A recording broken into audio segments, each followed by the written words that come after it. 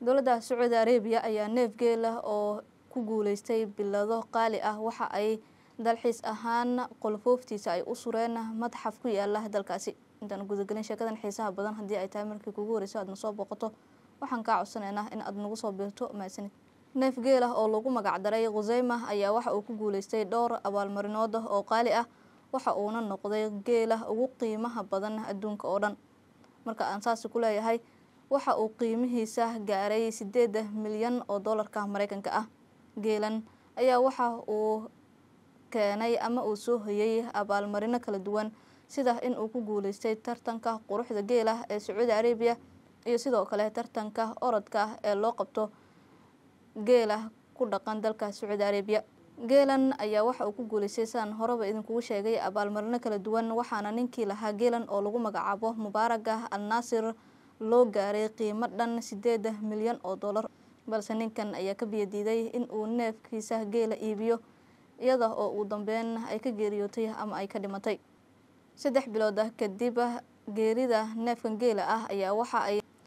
naadiga geela ee lagu magacaabo Albir Kalaab ay codsadeen ninkii iska lahaana ay ka dalbadeen in ay ku soo wareejiyaan neefkan geela ah meydkiisa si ay u dhaqaan una qurxiyaan oo ay u suraan mid ka mid ah madxafyada ku yaala Sacuudi Arabia si ay booqdayaasha ama dadka u dalxiis tagay wadankaasi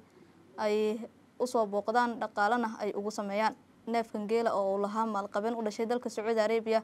ayaa waxa ay noqotay neefkii geela ee ugu qaalisanaa abada iyadoo loo gaaray lacag dhan 8 milyan oo dollarka Mareykanka ah. sanadkii 2018 ayuu neefkan geela ah geeriyooday ama uu dhintay waxaana kooxdii aan horey idinku soo sheegnay ay ka dalbadeen ninkii lahaa neefkan geela ah ee lagu magacaabo Mubarak Al-Nasir ay ka codsadeen in ay ku soo wareejiyaan iyaga oo inta u sameeyay qaab qurux badan suray mid ka mid ah madxafyada ku yaala dalka Sacuudi Arabia. marka aad aragto muuqaal ahaan neefkan geela ah waxaad u maleynaysaa in uu yahay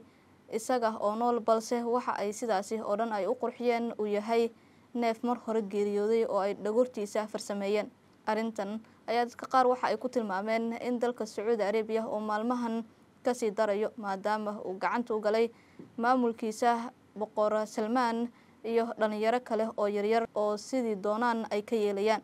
dadka qaar ayaa aaminsan in tiimka boqor Salmaan ee dhaxal sugayaasha ah ay dalkan